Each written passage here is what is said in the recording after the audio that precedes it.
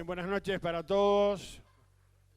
Muchísimas gracias por compartir esta noche rotaria, de rueda rotaria. Buenas noches para quienes nos están siguiendo a través de la modalidad virtual Zoom, a quienes desde aquí saludamos en esta nueva reunión de Rotary Club Punta Gorda, en la cual tendremos la palabra, charla, muy amena, por cierto, de Ricardo Pascale, pero también tendremos ingresos, cosa que va en favor de la membresía, punto muy importante en este año rotario. Así que, sin ir más lejos, vamos a comenzar, como debemos hacerlo siempre, en el protocolo rotario con el toque de campana. Y nos ponemos de pie para hacer el saludo a nuestro pabellón nacional y a nuestra bandera rotaria.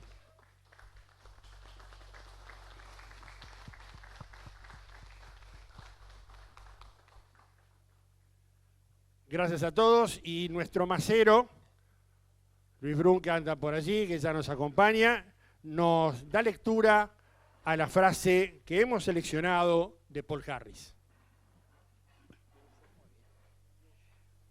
Buenas noches, señoras, amigos que nos visitan, compañeros rotarios todos, bienvenidos. Para iniciar la reunión les voy a leer algún concepto rotario. Los rotarios son gente de acción impulsadas por el deseo de generar oportunidades, fortalecer comunidades y brindar soluciones a los problemas más acuciantes que afectan a la humanidad. Rotary es una comunidad de 1.200.000 hombres y mujeres de todos los continentes, culturas y profesiones, quienes se conectan mediante los clubes rotarios de su localidad. Muchas gracias.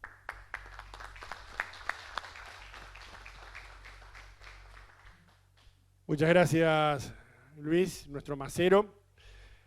Bien, para no hacer extenso nuestra espera, dado que el tiempo también es un poquito tirano, teniendo en cuenta que nos acompaña gente en la modalidad Zoom, en forma virtual, vamos a dar paso inmediatamente a nuestro invitado, que va a hablar particularmente de su reciente publicación, y vamos a pedirle a nuestro socio Juan Carlos Adroer que haga la presentación de nuestro invitado. Razones le sobran para hacer esta presentación y él mismo nos dirá por qué. Él tenía un interés muy particular, personal, para hacer precisamente esta presentación. Así que, Juan Carlos, bienvenido. Lo recibimos con un aplauso. Es nuestro socio, uno de nuestros dos socios de 50 años en nuestro club. Buenas noches. Muchas gracias, señor presidente, por esta designación que para mí es un placer, pero es un honor poder hacer la presentación de esta personalidad que tenemos como invitado y que me permite un acercamiento como he tenido con él desde los años 60 del siglo pasado, razones profesionales, pero también relaciones amistosas. Doy gracias a la vida porque de alguna manera con mi ocupación me ha permitido estar cerca de estas personalidades eminentes, como en este caso, tanto a nivel nacional como a nivel latinoamericano. Y doy gracias a Rotary porque me da estas oportunidades, estas nuevas oportunidades de contacto con amigos y lo grande que es Rotary, que a uno le toca el corazón. Me toca presentar a Ricardo Pascale, de diversas facetas en su personalidad, y empiezo por su personalidad académica. Ya en el año 69 llega a ser catedrático de finanzas, creando la primera cátedra en el tema en la historia universitaria del Uruguay. Entre 1975 y 76 estudió en la Universidad de California, donde recibió el diploma de estudios postdoctorales en finanzas. Asimismo, es doctorado en Sociedad de la Información y el Conocimiento por la Universidad Abierta de Cataluña. En el 99 creó el primer posgrado en finanzas del Uruguay y en el año 2005 creó en el seno de la UDELAR la primera maestría en finanzas. En 2015 se le concedió el título de profesor emérito de la Universidad de la República y actualmente ejerce el cargo de rector del Instituto Universitario Politécnico de Punta del Este. Es, en su carácter de escritor, tiene varias publicaciones, es autor de varios libros, entre los que se destaca Decisiones financieras, texto de estudio habitual en numerosas universidades hispanoamericanas, y otros editados en el siglo XXI, En busca de la confianza perdida, en coautoría con su hijo Pablo, y Economía y confianza, por citar algunos. Y su producción académica cuenta con un centenar de artículos científicos publicados en revistas especializadas. Es también, o ha sido también, un hombre público. Fue presidente del Banco Central del Uruguay en 2 oportunidades. La primera, con el retorno del país a la democracia, ocupó el cargo entre 1985 y 1990.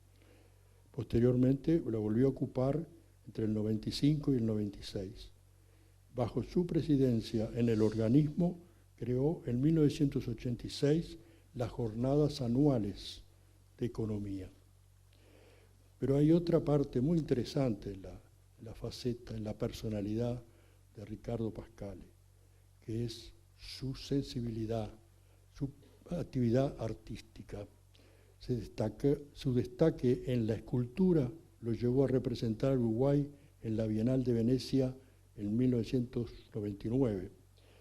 Sus obras integran numerosos espacios públicos en el mundo, como por ejemplo en el edificio central de Naciones Unidas en Nueva York, en el Museo de Arte Contemporáneo de Chicago, la Biblioteca de Alejandría en Egipto, y aquí en Uruguay, en Montevideo, en Punta del Este y Colonia del Sacramento.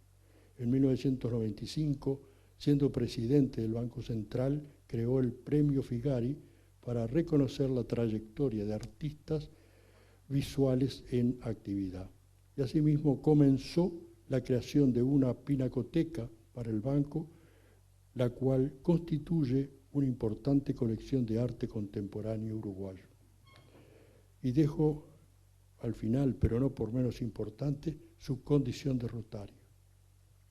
Me decía recién que hace más de 30 años, quizás 35 más, es miembro del Rotary Club de Montevideo.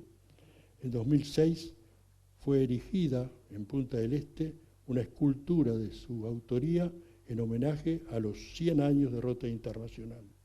En 2009 recibió el premio rioplatense Rotary Club, otorgado por los Rotary Club de Montevideo y Buenos Aires.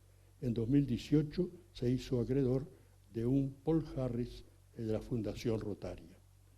Por supuesto que ha tenido diferentes reconocimientos. Es Cavaliere de la República Italiana, ciudadano honorario de San Fele en Italia, beneficiario del premio Morosoli en su categoría escritor, miembro de honor de la Sociedad Argentina de Profesores de Finanzas. Contador Ricardo Pascale, es un gusto para mí dejarle este estrado para hacer su exposición. Amistosamente lo reclamo en este lugar.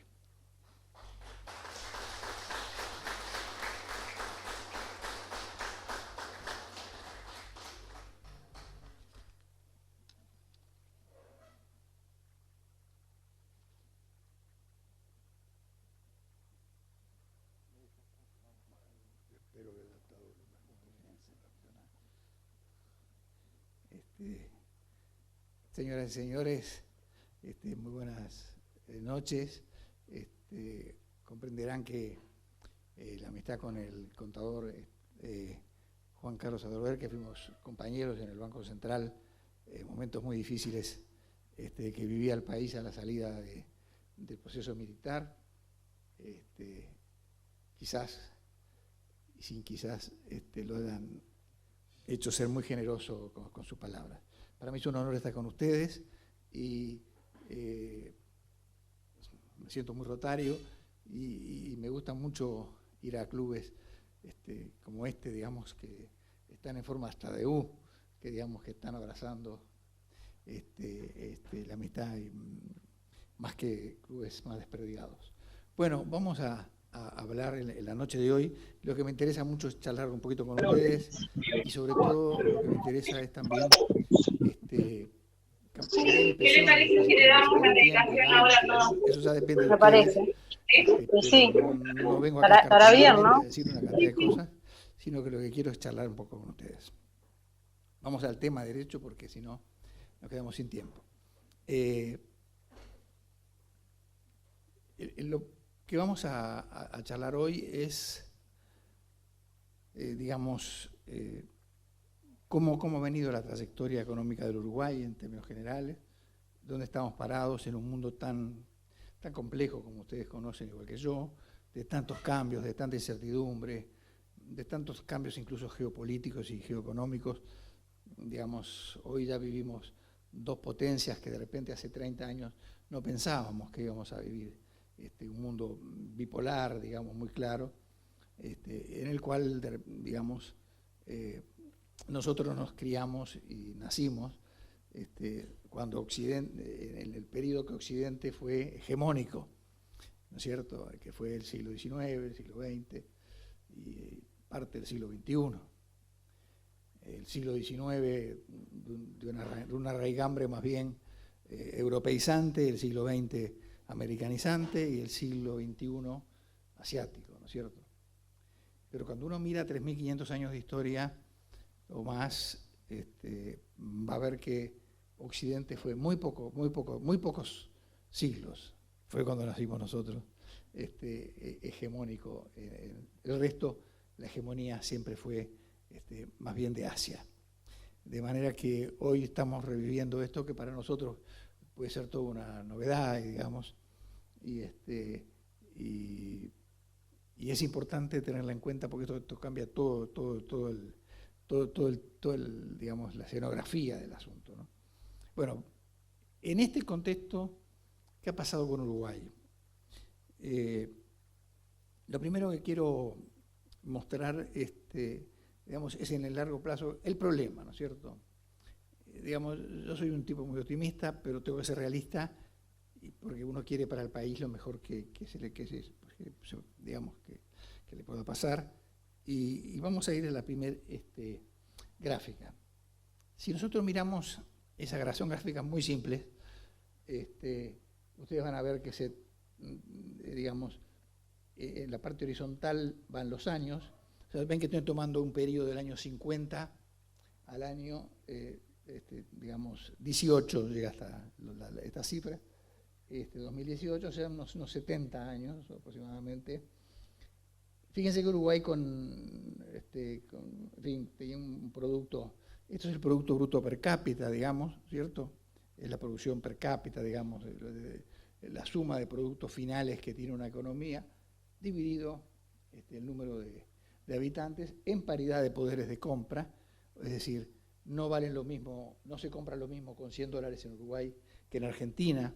Entonces, cuando se hace el producto per cápita, hay que retocarlo por la capacidad de poder de compra que tiene, ¿no es cierto? Todos ustedes saben de lo que estoy hablando. Y esto es una tarea bastante complicada, pero hay organismos que la hacen en dólares constantes de 2011. ¿Qué vemos? Una divergencia. No nos debería llamar la atención, Uruguay es el celeste, porque son países como Alemania, Japón o Estados Unidos, países de larga tradición, digamos, de tecnología y de ciencia. Pero voy a ir a esta otra, que tiene que ver con países que casi todos los nombres de los que estamos aquí, digamos, tenemos que ver con ellos.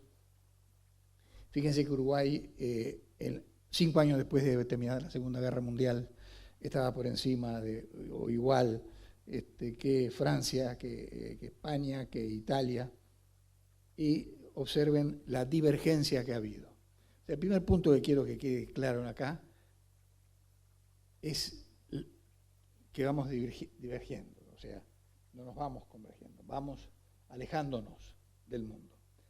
Del mundo ustedes dirán, bueno, es un mundo muy especial el que usted está mostrando, Ricardo, pero vamos a ir ahora a mostrar qué pasa con América Latina. América Latina, como ven, es un pelotón de ciclistas, ¿sí? Más o menos van todos iguales, un poquitito más adelante uno, por unos periodos, un periodo después hay otros un poquito más adelante, en fin. Me hace acordar un pelotón de ciclistas que digamos que en el embalaje de Tararira ganó uno, pero digamos, grosso modo es un trazo similar. Quiere decir que lo que estoy diciendo para Uruguay rige mucho más dramáticamente por algunos motivos que voy a decir para América Latina. Esta es la gráfica que más me interesa charlar con ustedes. Porque si vamos a la de Estados Unidos o la de Francia, bueno, son países, en fin, de larga tradición, pero acá estamos hablando, acá lo estoy comparando Uruguay con 4 países, creo que son 4, ¿sí? Australia, Finlandia, Nueva Zelanda y Singapur. Países que hace, algunos de ellos, 30 años, 25, 30 años, eran países completamente pastoriles, eran pastoriles. Finlandia era uno de los países más pobres de Europa, hoy es un país modelo de una cantidad de cosas. Entonces, esta gráfica sí me preocupa mucho más, porque que nos hayamos distanciado de Estados Unidos o de Japón me preocupa, pero hasta se puede llegar a justificar un poco, digamos, esa divergencia. Ahora, cuando la divergencia, o sea, vamos alejándonos de países que eran hace 30 años o 20 años iguales o más abajo que nosotros, y hoy, fíjense, no quiero mostrarles la de Singapur, como ven la curva de lo que es de producto per cápita, ahí me preocupo porque quiere decir que el país algo pasó, algo está pasando, o algo pasó, algo pasó. Todo se puede arreglar, lo único que depende es si los uruguayos quieren arreglarlo o no quieren arreglarlo, nada más. Acá no hay nada, no se va a morir el enfermo, solamente que el enfermo tenemos que saber que quiere vivir y quiere vivir mejor, nada más. Ahora, déjeme en esta, decir, ¿qué pasó acá? O sea, esto es lo que pasó, pero ¿por qué pasó? ¿Qué lío hubo acá que se nos fue? Yo debo confesar que mi cabeza cambió en mis intereses, o agregué a mis intereses académicos e intelectuales, agregué un tema que era muy importante. Yo estaba en el banco, Juan Carlos, éramos compañeros, y en un determinado momento estábamos negociando la deuda, estábamos después, la verdad que el país estaba completamente destruido, 110% de inflación, 10% de déficit, 30% de caída del salario real, 15% de caída del producto, una deuda externa enorme, pesada, una deuda interna enorme, bancos quebrantados, que la dictadura no había podido solucionar, que eran los grandes bancos, el Banco Comercial, el Banco de la Caja Obrera, o sea, se habían arreglado los bancos medios, pero arreglado, digo, por lo menos salió adelante, pero no los bancos, era una situación muy complicada. En determinado momento estábamos negociando la deuda, que eran unos 180 bancos, y cuento esta historia porque esta historia en mi cabeza, viste que a veces hay temas o hay historias que te golpean y te hacen pensar, decir, a ver, entonces los bancos dicen, no negociamos más con ustedes, que precisamos que nos aporten 500 millones de dólares nuevos, pero no de nosotros, de los 180 bancos acreedores, sino de bancos que no fueran, no fueran esos 180, sino otros bancos. En aquel momento era nuestro compañero Juancho Lascuaga, gerente del área internacional, lo llama Juancho y a otros amigos, digo, vamos a sentarnos, había una guía, no había internet, no había nada, una guía de banco, y empecé a escribir un telex, que era una cosa, una máquina bastante, parecía una máquina de escribir, pero pum, pum, pum, pum, uno iba golpeando ahí, iba tecleando e iba saliendo como un mensaje que uno discaba antes para donde quería que llegara, y se iba repitiendo en el otro lado. Y el mensaje era un mensaje que era una democracia frágil, que estaba, digamos, renaciendo, y que, digamos, estábamos en este momento negociando con los bancos nos apoyaban, pero precisábamos 500 millones de dólares. A dólares de hoy, ¿no? A dólares de hoy. A los 15 días viene este funcionario excelente del banco y me dice, Ricardo, no podés creerlo. Hay un banco que pone 250 millones. ¿Cómo? Sí, 250 millones. ¿Y quién es? ¿Qué banco? El Postipanqui. ¿Cómo? El Postipanqui. ¿Qué es eso? Vamos a mirar. Entonces, ¿de dónde es? De Finlandia. Bueno, averiguamos que quería decir en finlandés. Postipanqui. Era una cosa así, algo parecido a la caja de ahorro postal, digamos, de Finlandia. Y ponía 250. Y un banco de África, de Costa de Marfil, había puesto el banco de la Folla Occidental, nos estaba poniendo también unos cuantos. Cambié el telex, ¿no? Mandé otro telex diciendo que bueno, que en fin, esto había tenido eco, etcétera, etcétera, etcétera. Y le digo a la gente de mi secretaría, digo, chicas, miren que en junio tengo que ir a la reunión del Banco de Pagos Internacionales en Basilea, y cuando vaya allí, quiero pasar un día por Helsinki, agradecerle al Postipanqui, porque la verdad, bueno, conseguimos toda la plata, dicho sea de paso, arreglamos la deuda, en fin. Pero la verdad que el que hizo el blanco o el negro de la historia fue el Postipanqui. Lo menos que podía hacer, y lo menos que tiene que hacer Uruguay en estos casos, es ser educado. Entonces, bueno, llego de mañana a Helsinki, después de mis cosas que tenía que hacer en Europa, y bueno, almuerzo con la gente del Postipanqui, y me dice, mire, la Cancillería finlandesa ha puesto a su disposición un auto, y lo va a acompañar una alta funcionaria. Ellas sabían de mis amores artísticos, y en particular de algunos grandes arquitectos finlandeses como Alvar Aalto y algunos otros, y me dice, sabemos que usted conoce Helsinki, pero no demasiado. Sí, no, la verdad que no, lo conozco, pero poco. Y entonces va a ir una alta funcionaria de la Cancillería con usted, con un chofer, y en fin, para que usted recorra todo Helsinki, le van a mostrar los museos, las obras que usted quiere. Bueno, salimos con esta señora. Cuando la veo, una mujer muy joven, una mujer de 30 años. Tendría 30 años si tenía. Entonces, muy atenta, muy correcta. Y me mostró todo, para aquí, para allá. Y en determinado momento, en alguno de los museos, tomábamos cada tanto un café para seguir. Yo me tomaba el avión de noche para Montevideo. Digo, pero la felicito, le digo, porque a su edad ya tiene esta jerarquía, era la número 4 de la Cancillería, manejaba toda América. Y me mira y me dice, no, pero, discúlpeme, pero no. Dije, no sé, quedé medio... Dice, no, yo soy una perdedora. Dije, pero ¿cómo?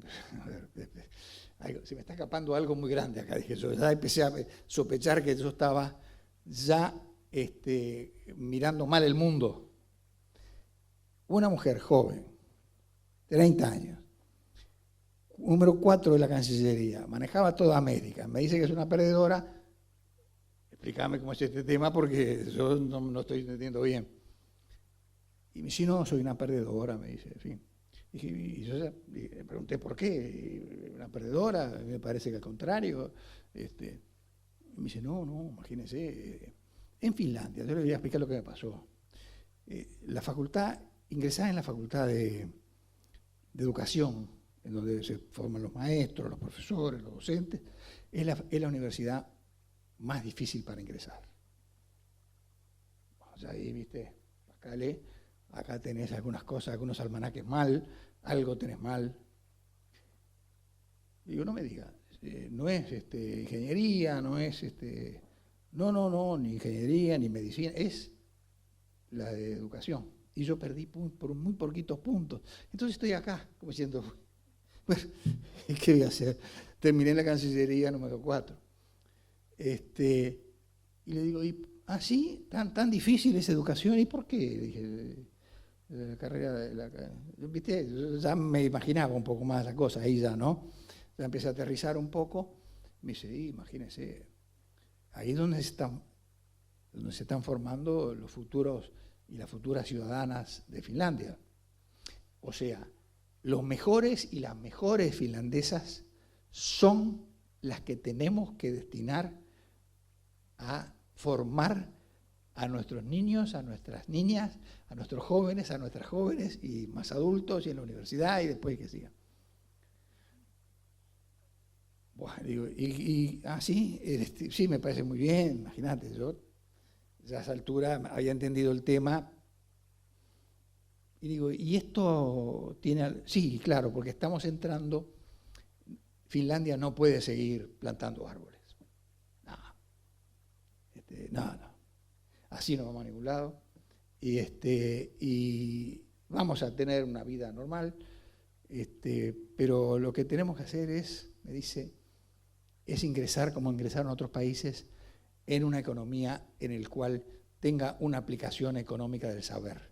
Lo que hoy llamamos economías basadas básicamente en el conocimiento. O sea, el conocimiento aplicado, la ciencia, la tecnología y la innovación aplicada. Bueno, yo dije, bueno, acá Pascale, evidentemente, no es que no estabas viendo una hormiga caminando. Pasaba por delante tuyo un rumiante y no te diste cuenta que estaba pasando. Este episodio del Posti-Panki cambió para, digamos, mis intereses académicos, que empezaron ahí, después hice un doctorado que mencionaba Juan Carlos, sobre economía del conocimiento, que acá no había y no hay. Es una materia que no se da, digamos, en Uruguay, aunque hoy no haya ningún país que no se haya desarrollado sin que haya ingresado en esta economía del conocimiento, que ahora voy ahí. Entonces, era el año 80 y pico y esta mujer hablándome de eso. Finlandia hoy, si hay que hablar de educación, digamos, es paradigmática y también es paradigmática en el desarrollo de la ciencia y la tecnología y demás. Entonces, esta gráfica que está acá es muy ilustrativa.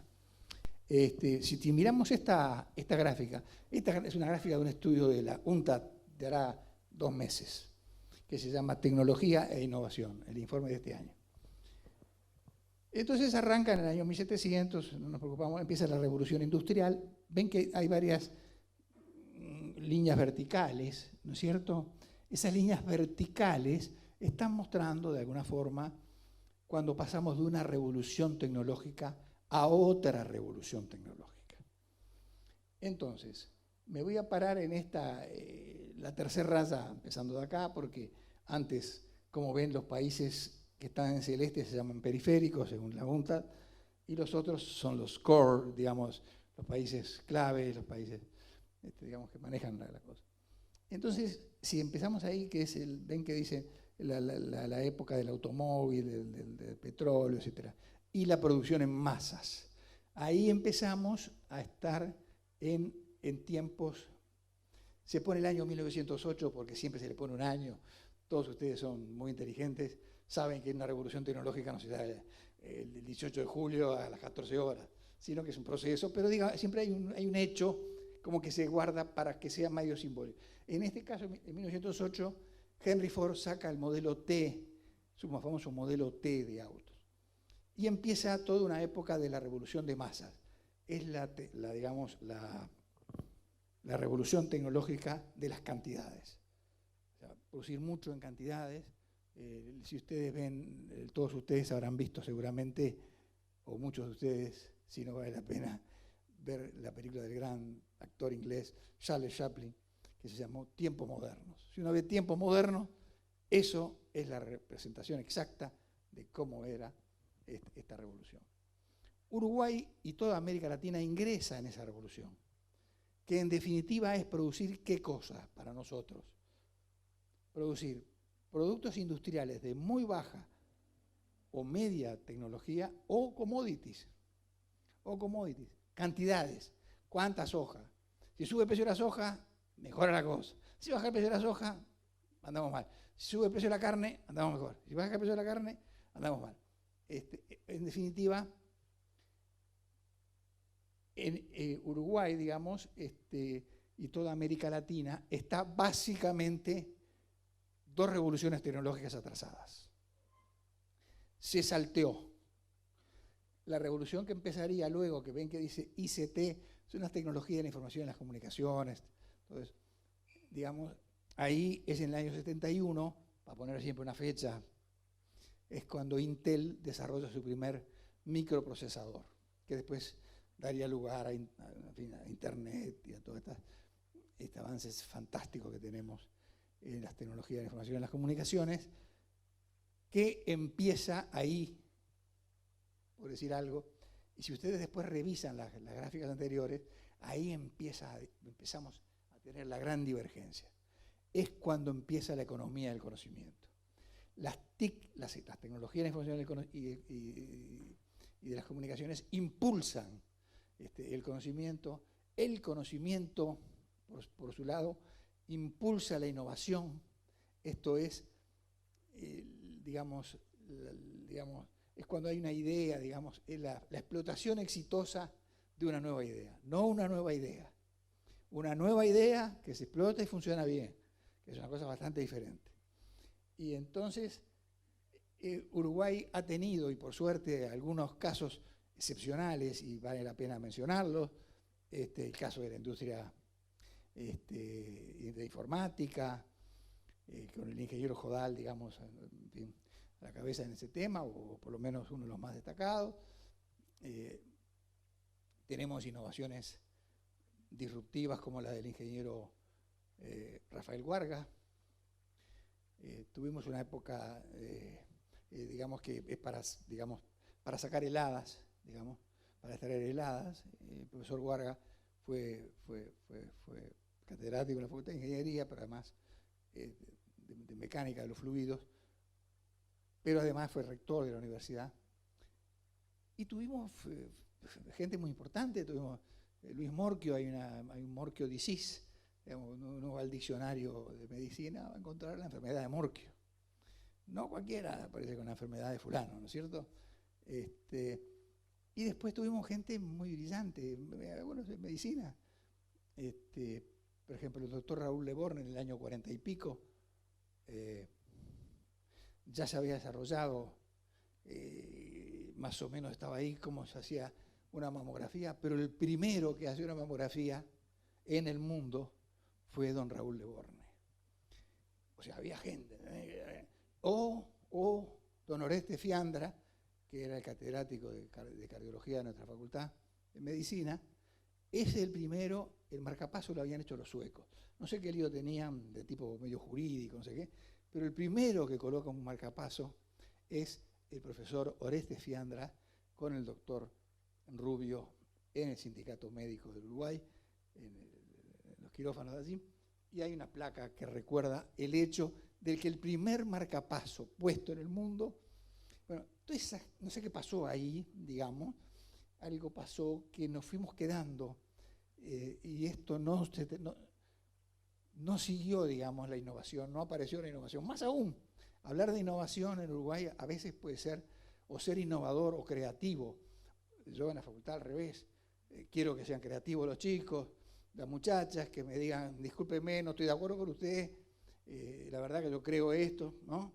Mientras todos mantengamos los respetos correspondientes, me encanta que piensen distinto, que digan, aunque bueno, pues yo no, sigo siendo un estudiante, lo único que estudio, he tenido más tiempo que estudiar que eso, nada más, pero hay que dejarlos, digamos, que se expresen. En nuestros países es al revés. Lo importante es hacer una fórmula, acordarse unas cosas de memoria, el viernes sale el examen y el lunes tiras todo, cuando haces el asado el fin de semana, y te tiran el resultado y no querés más nada. En definitiva, no nos generamos una cultura de creatividad. La gente se entera de la palabra innovación cuando tiene 30, 40, 50 años, cuando en Finlandia hablan de innovación en la escuela, justamente porque están los mejores finlandeses, explicándole. Tengo un nieto, tengo varios nietos, pero tengo uno acá que es muy gracioso, además muy agudo. Me dice, decime, abuelo, yo, me están dando en historia cómo se hacían las trincheras en la Primera Guerra Mundial. Ah, mirá, imagínate, me quedé como el postipanqui, ¿no? Pensando que decía acá. Y me dice, ¿es tan importante eso? Bueno, en fin, la verdad, ¿qué vas a hacer? No creo, pero digo, no sabes qué decirle, chiquilín. El otro día viene y me dice, decime una cosa, estamos dando los vikingos, y siguen con los vikingos, y me hicieron comprar un libro de los vikingos, y yo cuando hablo con el primito de él, que es el hijo de ese otro nieto que tengo en España o en Europa, que es muy despierto, cuando hablo con él me dice, no, nos están explicando el Brexit, me decía el otro día, en el mismo año, ¿está claro? En el Brexit, este tema de que China ha pasado a ser una potencia importante, qué papel, cómo se ubica acá Europa en este lío, que no es ni está en la avanzada, ni está ahí en el medio, tratando con Estados Unidos de hacer como una especie de bloque, hasta donde se pueda, en fin, con los problemas que ustedes han visto recientemente, con los submarinos de Australia y cosas de ese tipo que ya han visto. Bueno, en suma, América Latina y Uruguay también, nos salteamos, con excepciones, insisto, muy remarcables y muy destacables, pero muy excepcionales también, nos salteamos la revolución del conocimiento, que es cierto que dice la época de las ICT, pero después empezó, lo que no sabemos si es una nueva revolución o es como una ola de esa revolución de la tecnología de la información y las comunicaciones, o la revolución del conocimiento, que está caracterizada por innovaciones enormemente disruptivas y muy rápidas y muy veloces. Entre ellas la inteligencia artificial, la robótica, la genómica avanzada. Yo estoy vacunado con una vacuna que era impensado que se iba a desarrollar con esa potencia de cubrir 90 y pico % de eficiencia, una vacuna importante, con el mensajero ARN, ¿no es cierto? Eso pertenece a esta última revolución que está acá, a la revolución, y también la Internet de las Cosas, la impresora 3D, la impresora 3D, qué sé yo, la tecnología 5.0, que ahí estamos en esta ola que viene muy fuerte, que muchos la llaman revolución 4.0, como si fuera una cuarta revolución. Primero la revolución de Inglaterra, digamos, de 1771, después la revolución de las masas, la de Henry Ford, después la revolución del conocimiento y ahora la ultra revolución del conocimiento. Entonces la causalidad está básicamente en que estos países no sé qué pasó. Podemos charlarlo, está investigado, lo hemos investigado y está muy tratado y muy diagnosticado el tema. Pero me gusta charlarlo con ustedes, porque ¿qué pasa? Nos seguimos alejando. Y este alejamiento ha llevado a que tenemos más del 20% de la población en el exterior. Y hoy estamos exportando conocimiento. El conocimiento, se recibe un chico y se va. Lo único que quiere es irse. Piensen en los amigos de ustedes, o usted, en la familia, en fin, quien quiera, y piensen, tiene un hijo o 2 hijos, ¿dónde? De al lado. O tiene 3 hijos, tengo un amigo que tiene 4 hijos, tiene los 4 hijos afuera. Yo tengo 1 de 3, dentro de todo más o menos la voy administrando. Pero Uruguay tiene una diáspora en torno del 20% de la población. Y cada vez es una diáspora. O sea, esto no es gratis. Estos errores no son gratis. Se pagan con menor niveles de vida, pero además se van. Uruguay ajusta por población. No está mucho peor porque se fueron, hay 700.000 afuera o 600.000 afuera. Si no, vos metés 700.000 más acá y vas a ver lo que te da el producto per cápita. Esto que le pasa a Uruguay, le pasa a toda América Latina. Mi problema, soy uruguayo y me preocupa Uruguay. Entonces, ¿qué es lo que generalmente hemos observado? Que nuestras civilizaciones han olvidado el futuro. El futuro no está en la agenda. Si ustedes se ponen a mirar un informativo o un diario, es casi, dicho esto con simpatía, ¿no? Es anecdótico. Son todas anécdotas. Y en el campo económico, todo es que el déficit fiscal no pase de tanto y que no sé qué cosa, que vamos a cambiar un impuestito y que fulano se enojó porque no sé qué. Es como una sucesión de anécdotas que realmente a mí me aterran y me aburren. Además de que me aburren, me aterran porque veo que el país sigue dormido en el anecdotario menor. A ver, hemos avanzado mucho en la pulcritud económica de corto plazo. Sabemos que el déficit fiscal es malo, pero ya lo sabemos. Como sabemos que tenemos que lavarnos los dientes después de esta cena. ¿Está claro? Ya sabemos. Ya sabemos. Sabemos que la inflación es mala. O sea que el Banco Central tiene que ocuparse, entre otras cosas, de ese tipo de asuntos. En fin, ya sabemos que digamos, ciertos temas ya tienen que llevarse como un traje de medida, ¿entendés? No ser el objetivo nacional. El objetivo nacional. Yo me acuerdo que fui a Nueva Zelanda en esa época, cuando estaba en el banco, y había una reunión del presidente de bancos centrales, saluda a la gobernadora, era una mujer. Mucho gusto. La mujer no era una funcionaria, la habían elegido, la habían, digamos, tomado, contratado, y si bajaba más la inflación tenía un bono todavía. ¿Me explico? Era como como diciendo, esto ya lo sabemos, que lo haga uno que sepa. Ya está. Ahora, ¿qué quiero decir con todo esto? Que no hemos sabido hilvanar los legados del pasado con los desafíos, con los problemas del presente y con los desafíos del futuro. Max Weber, que fue un gran pensador, como todos ustedes conocen, decía que la política no solo se tenía que ocupar del presente, de la hora. Eso es normal, hay que ocuparse de la hora, es obvio. Sino que también ocuparse sobre todo del futuro. He tenido, por razones profesionales y del banco y de todas las cosas, que estar muchas veces en Asia, en distintos países de Asia. Piensan a 40, 70, 50, 150 años los chinos, 200 años. No están pensando el jueves a ver qué pasa con el déficit, a ver qué dato me da. No va a pasar nada, el déficit va a estar ahí, está bien controlado. En esto hemos tenido una mejoría fantástica de nuestra cultura económica. ¿Está claro? El manejo de lo que serían las variables macroeconómicas. Gracias a Dios.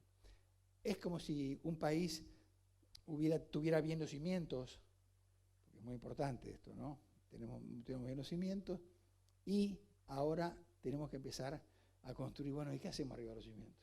Los cimientos también hechos. No es poca cosa, pero no podemos quedarnos en los cimientos, porque si no, no hacemos la casa. ¿La casa cómo va a ser? ¿De 2 pisos, de 1 piso, más grande, más chica? ¿Cómo es? Entonces, en esa casa que sería el crecimiento y el desarrollo, es donde ahí tenemos el cambio fundamental. Cuando yo era estudiante de grado de la facultad,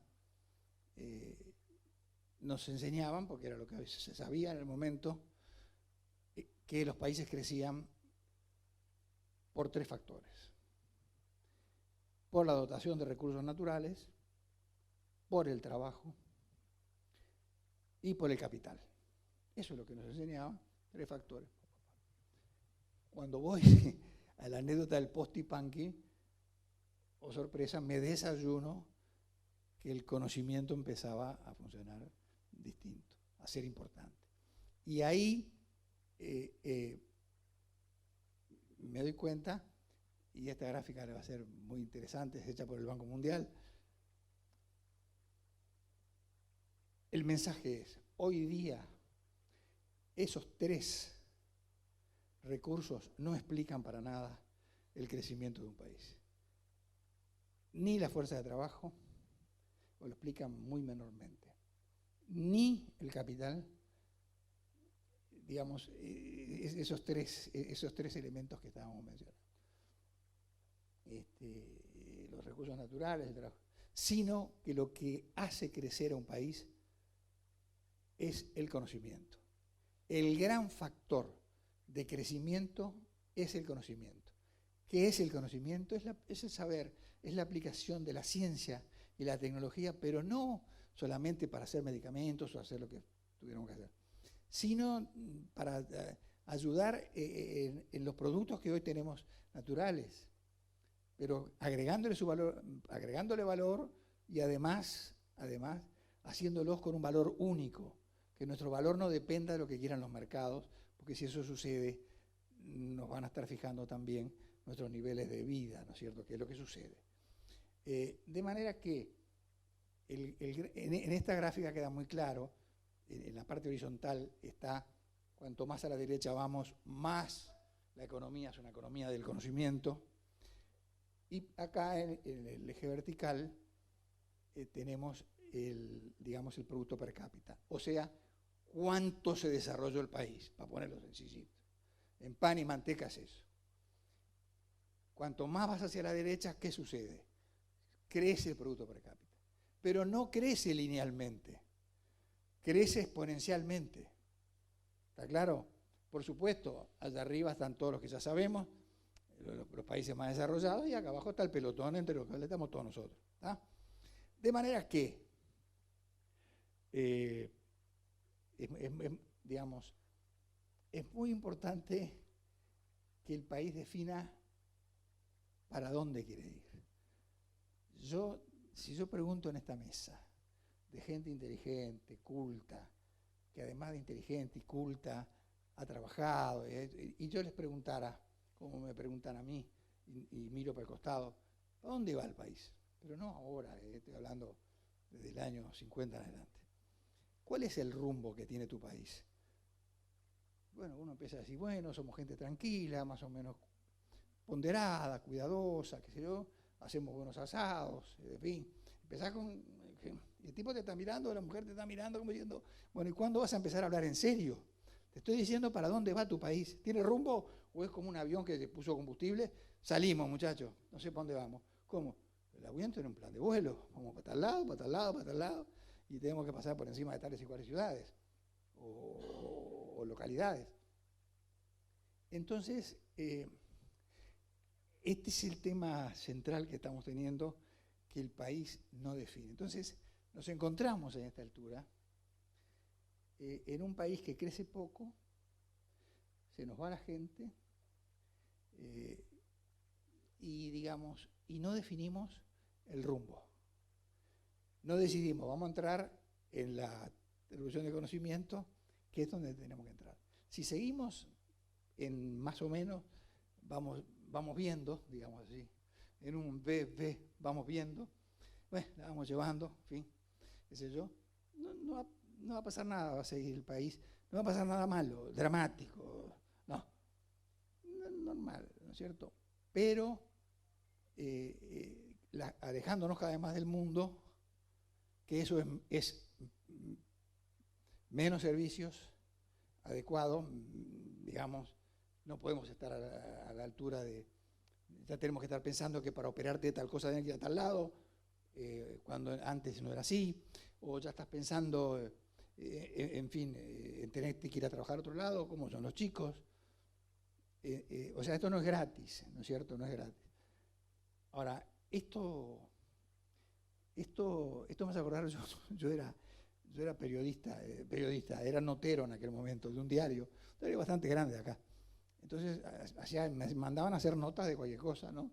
De turf, o del casamiento de no sé quién, o cubrir, yo tenía que cubrir lo que había que cubrir. Y bueno, me mandaban a cubrir, por supuesto, la parte de economía, yo estaba al final de la carrera. Y entonces había venido un zootecnista neozelandés, que de repente si hay agrónomos acá, lo pueden recordar, se llamaba Campbell McMican. Campbell McMican estuvo varios meses acá y amó a Uruguay, se fue encantado. Y esa era su conferencia de despedida. Y el tipo termina la conferencia como si la hubiera dicho ayer. Y yo no estando atrás, dice, me voy de este país tan cálido, tan cariñoso, de gente tan agradable, todas esas cualidades que tenemos,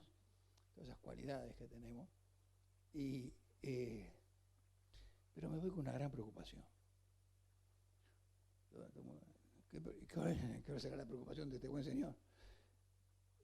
No sé por qué este país, pudiendo vivir, te estoy hablando cuando era un botija, pudiendo vivir en una casa o en un edificio de varios pisos, está empeñado en vivir en el subsuelo, como empeñado en vivir en el subsuelo.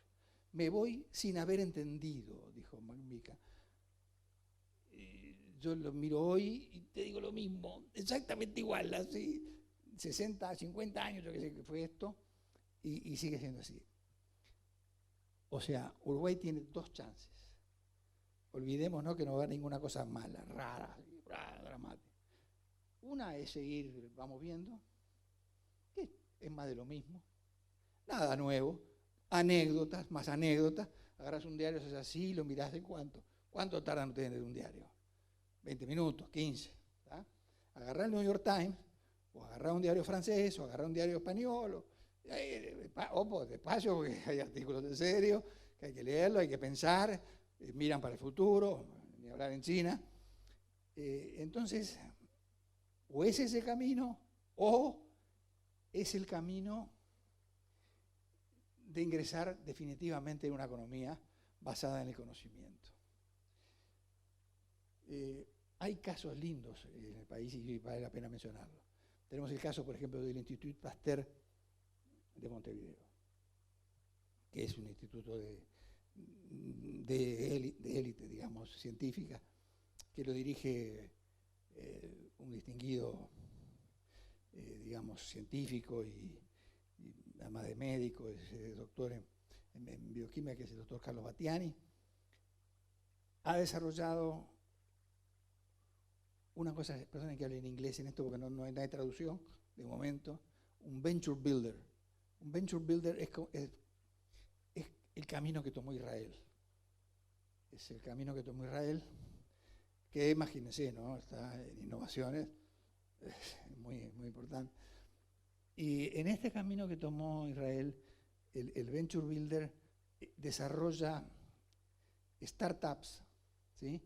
Startups que son chicas o chicos que son brillantes y que tienen ideas y que lo que precisan es asesoramiento técnico y, digamos, y algún cierto capital que viene, que es de a poco, y después de repente salen, como salió estos últimos chicos de D-Local, han sentido hablar de una startup o Pedidos Ya, qué sé yo, que también es nuestra.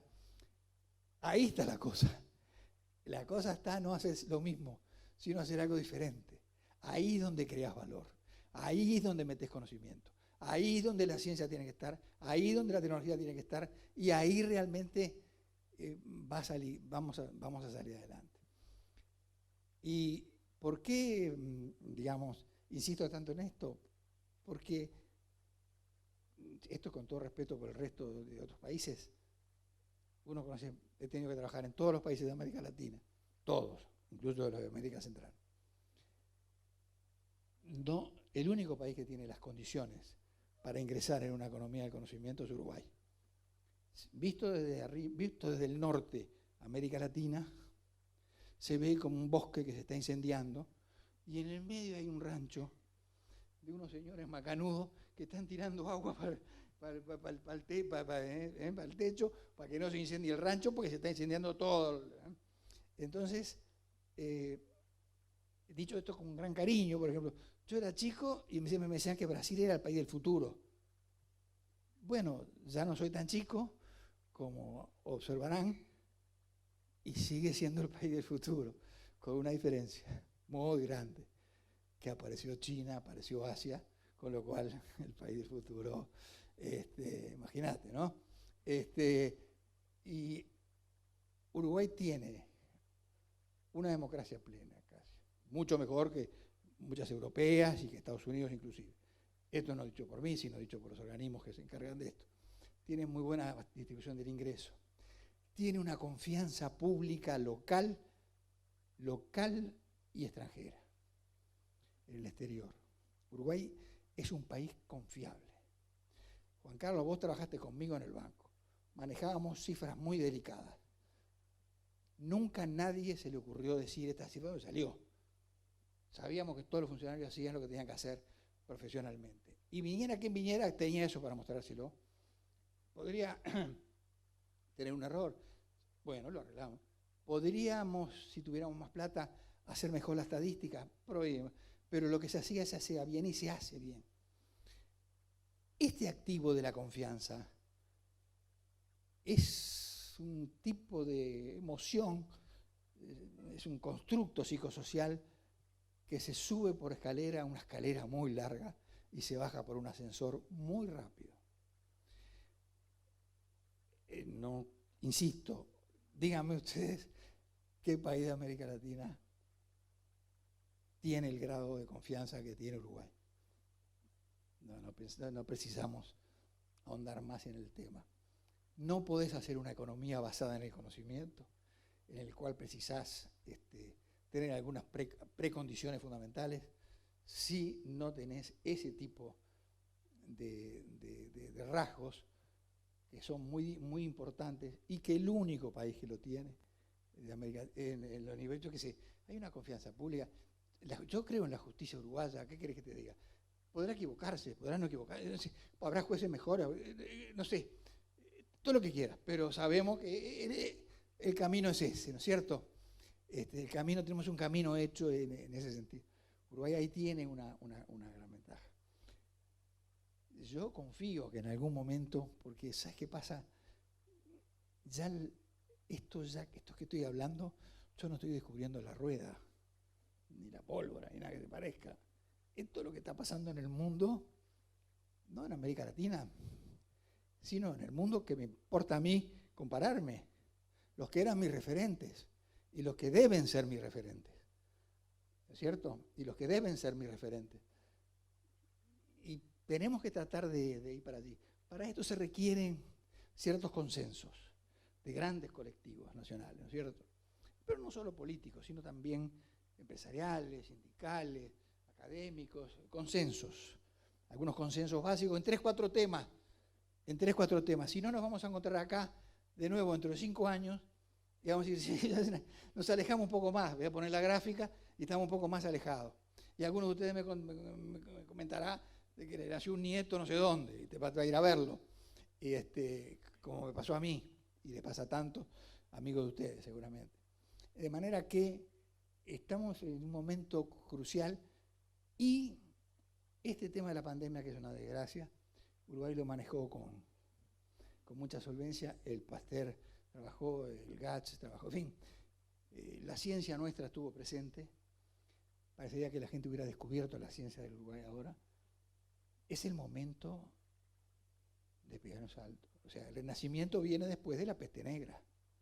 Después de la peste negra murieron no sé cuántos millones, y ahí aparece el renacimiento, y básicamente en Florencia, pero también estuvo Gutenberg con la imprenta, estuvo Copérnico, el polaco. O sea, es el momento en el cual Uruguay puede dar el salto. Sería una pena perder esta oportunidad. Y en estos consensos siempre va a haber alguno que perderá un poco más, un poco menos. Nunca se gana 5-0 todos los días o se pierde 10-0 todos los días. Se gana algún partido, digamos así, pero digamos, Lo importante es sentarnos en esta mesa y todos saber, porque como me dijeron en el Postipanqui, desde chiquitos ya saben para dónde va Finlandia.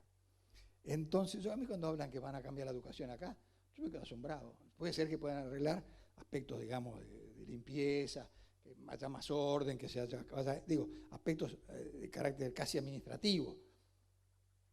Pero ¿cómo vas a hacer una educación? ¿Cómo vas a formar a un niño o a un joven o a una joven, por supuesto? Digamos, ¿cómo lo vas a formar si no sabes para dónde va el país?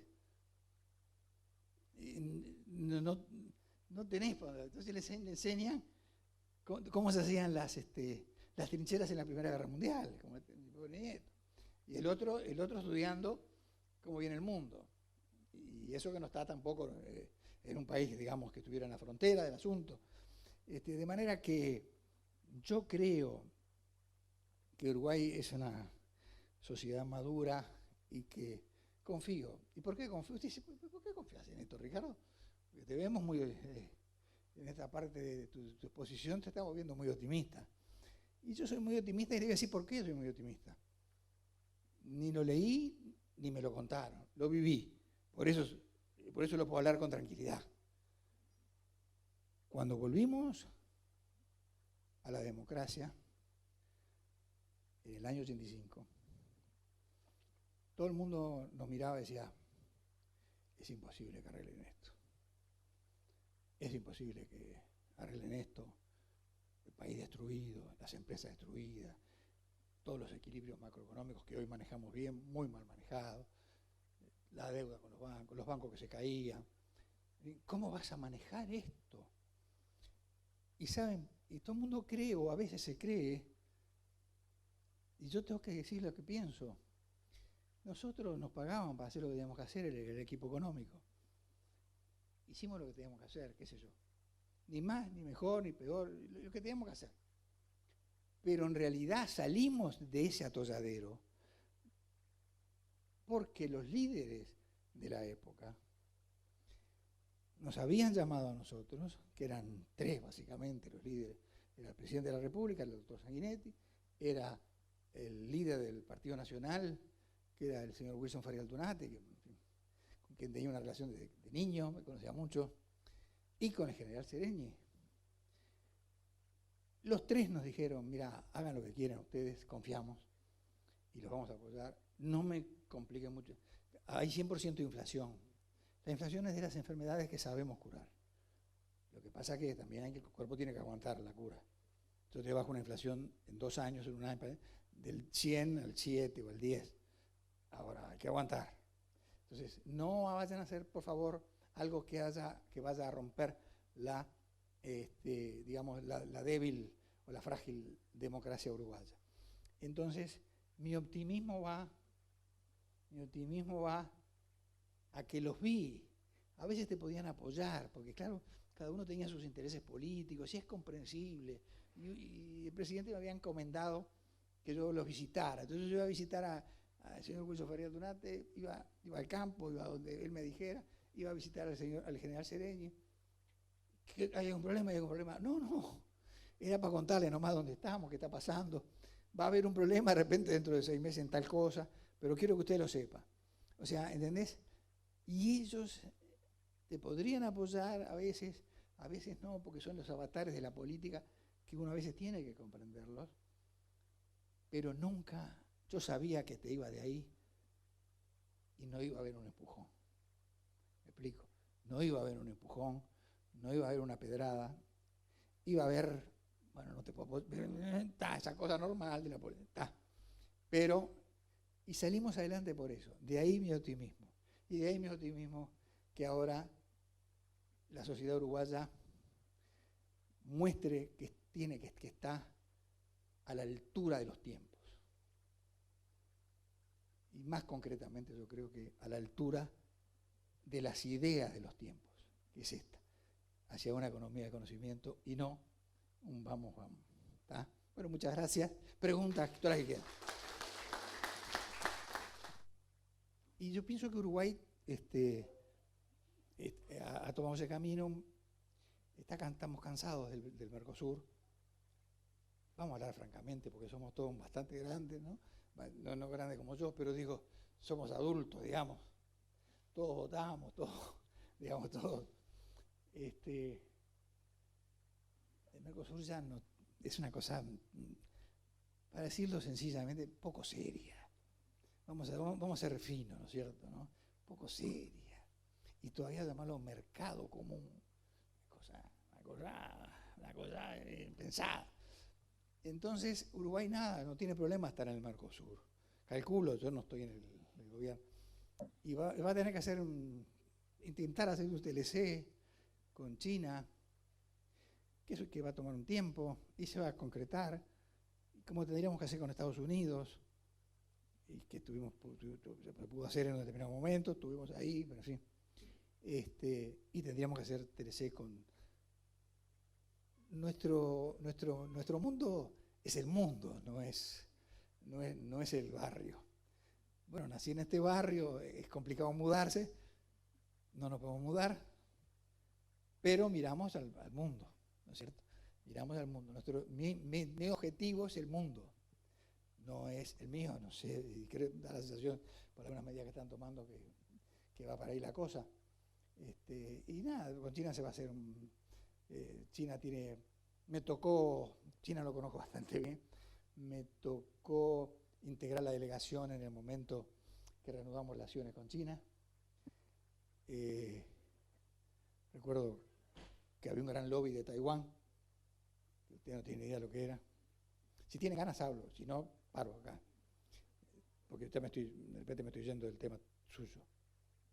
El TLC con China, pero le voy a contar una anécdota. Olvídense de cuando reanudamos relaciones, que las reanudamos, y yo era el encargado de la parte económica. No le podés decir a un chino, ¿cuál era el tema? El lobby de Taiwán era tan grande que los que estábamos a favor de las relaciones con China éramos la minoría. Éramos la minoría. El presidente me preguntó, ¿vos con quién estás? ¿Con quién estoy de qué? Con respetos debidos, por supuesto. Pero si Estados Unidos hace 7, 8 años que tiene relaciones con China, ¿cuál es la pregunta que me están haciendo? ¿Qué es lo que está pasando? ¿Qué está pasando acá? Y Taiwán hable con su lobby, que me parece normal, ¿no? El embajador me presionaba para que yo fuera a Taiwán, y yo, señor embajador, con todo respeto, señor embajador, encantado, iría a Taiwán, pero yo la verdad que ando con poco tiempo, y cada vez que salgo porque tengo que arreglar algún lío, y si no, con mucho gusto. Entonces, reanudamos relaciones con China, y ahí yo volvía, y ¿cuál era mi misión? El fondo era, sí, supongamos que nos comprara $1.000 millones, estoy diciendo una cifra, ¿no? Taiwán. No podíamos romper relaciones con Taiwán y tomar relaciones con China sin que China por lo menos te comprara $1.000 millones, ¿no? Si no te imaginas, el Parlamento te colgaba, era una cosa. Y yo cada vez que iba y tenía que hablar con los chinos me miraban, y yo no me animaba a decirle, mire, te comprenderá la situación que nos crea esto de romper relaciones si ustedes no nos compran igual. Son 4 o 5 mil años de historia, te miran y ya saben todo. Lo único que me atreví a decir es una democracia débil, chica, que precisamos, en fin. Para el chino era ya más que suficiente. Y los fines de año, todos los fines de año me llega una pequeña obrita de arte. Pequeña, no es en valor, un detalle. Pero para que se den cuenta cómo juega el mundo, siguiendo la pregunta suya, ahora tuve que ir en el 19, que volví en diciembre del 19, ya estaría el coronavirus, pero no sé, llego allá al embajador, me habían invitado a un congreso para hablar de finanzas, y yo tenía que dar una conferencia en China nada más. Me agarra el embajador, que es un gran embajador el que tenemos, un gran embajador. Son las cosas que te reconfortan del país. Y me dice, bueno, qué suerte que estás por acá. Sí, muy contento, después de unos años, qué sé yo.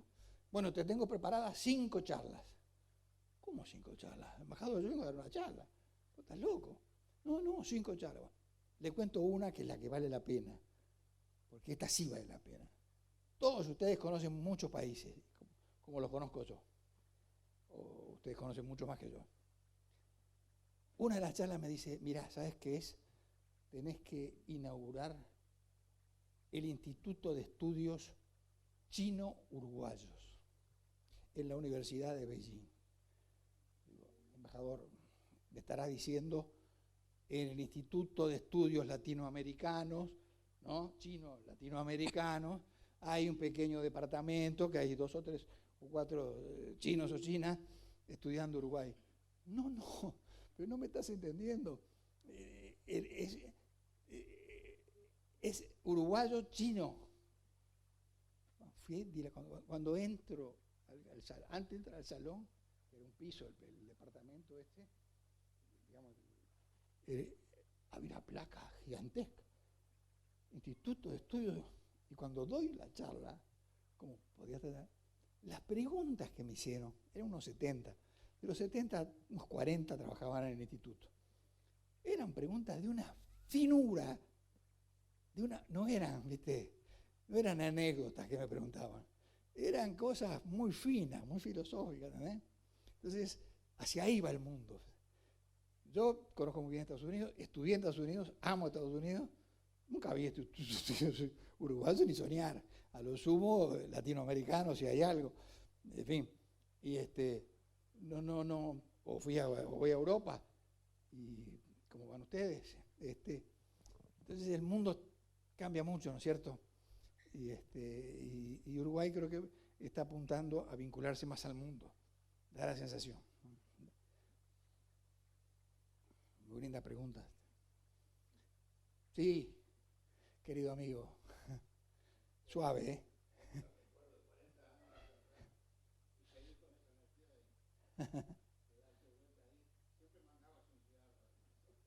¿Eh? Sí, la verdad que fumaba. Era otra época.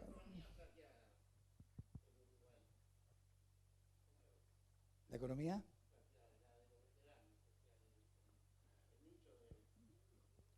Uruguay tiene un problema con la gente de mayor edad o edad que no tiene idea del conocimiento acumulado que tiene. El stock de conocimiento que tienen, te digo, en Estados Unidos un tipo, vos en las facultades te tenés que jubilar a tal, digo, no es mi caso que después el decano me pidió que diera otra, pero me tuve que jubilar a determinada edad, como te tenés que jubilar en medicina, pero en Estados Unidos a nadie se le va a ocurrir que tú, que estudiaste muchos años, que tenés un stock de conocimiento gigantesco, te vayas para tu casa, ni soñar. Vos te quedás por acá, te vamos a poner un despacho, investiga algo. Cuando los muchachos creen que descubrieron la pólvora, vos le explicás que la pólvora es así y no la mojes porque si no, no funciona. Entonces, entre los problemas que tenemos es que no se está aprovechando para nada, o muy poco, los cabellos blancos. Los cabellos blancos. Al contrario,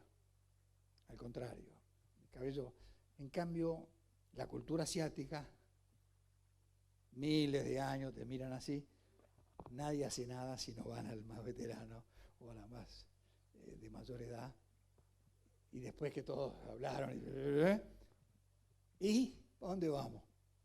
Y te hace, te explica que hay que ir para no sé dónde, porque está, y terminó la historia. Siempre que negociamos, cuando negociamos con Japón, también era igualito, estaban todos los chiquirines y todas las chicas, eso sí. Después venía uno un poco más grande, o grande del todo, y ese es el que me da la sensación de que estamos desperdiciando en una sociedad del conocimiento una barbaridad de conocimiento. Lo mejor del país, o gran parte de lo mejor del país, en un país como el nuestro está en muchos cabellos blancos y no los estamos aprovechando. Esa es mi humilde opinión. No lo hablo por mi caso, que yo sigo dando clases, sigo en la facultad, digo, en fin, sigo con mi actividad en el arte, en la profesión, en todos lados, pero digo, Pero sí, esa es mi idea. No sé si te respondí.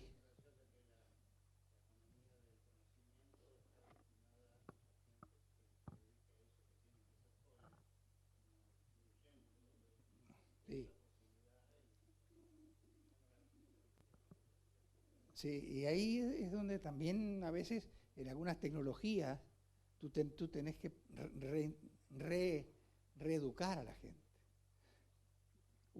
Me explico, reeducar en el sentido readiestrar, si se quiere, para que se engrane en alguna cosa que le interese de esto. Este fue el motivo por el cual ganó Trump. ¿Qué pasó en Estados Unidos? Trump no ganó en Nueva York, ni ganó en Boston, ni ganó en Chicago, ni ganó en Los Ángeles, ni ganó en Pittsburgh, ni ganó en Filadelfia, ni ganó en San Francisco. No ganó en ninguna gran ciudad. Ganó en los pueblos de 50.000. ¿Quiénes estaban ahí?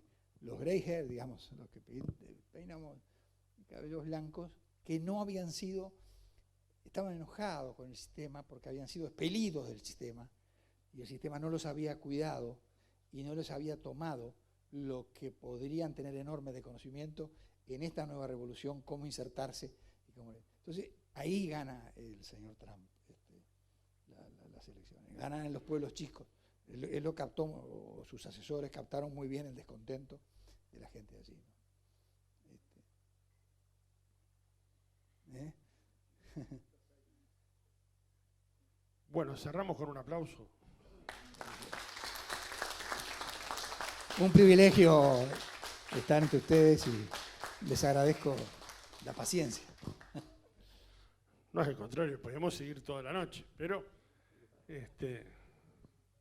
creo que las preguntas estuvieron oportunas y bueno, agradecemos profundamente la presencia de Ricardo. Además, sabemos que está en Rotary Club Montevideo. Habló hoy del Instituto Pasteur. Hoy hicieron un reconocimiento precisamente al Instituto Pasteur, así como también la gobernación había hecho al GACH en su momento. O sea que Rotary ha estado presente en toda esta evolución que ha tenido la pandemia, que ojalá ya se declare que no es una emergencia sanitaria en los próximos días. Ojalá sea así y podamos retomar de alguna manera la tranquilidad entre todos nosotros. Ricardo, muchísimas gracias. Realmente transitaste por mucha cosa. Nos hiciste acordar de que los viejos seguimos siendo buenos, así que gracias en ese sentido. Y le enseñaremos a los jóvenes que nos sigan reconociendo y que no piensen en términos de una vida, sino en más de una vida, que es como piensan los chinos. Es así, ¿no, verdad? Así que bueno, tengo acá una previa atención. Cumplimos 50 años y como los viejos tienen que ser reconocidos, tenemos una atención que queremos compartir contigo. Esta es el vino que hemos hecho para los 50 años. ¿Dónde está el propietario de la...? Así está. El propietario del viñedo que hizo este vino está acá con nosotros compartiendo. Así que imagínense que si nos da algo y lo comparte con nosotros, es garantía. En ese sentido, pero bueno, queríamos hacer una atención, incluso también como un buen rotario vas a llevar unos llaveros que son también conmemorativos de nuestros 50 años. Muchísimas gracias. Gracias por estar con nosotros. Y bueno, si podés y tenés la posibilidad, compartir con nosotros esta cena que vamos a servir enseguida.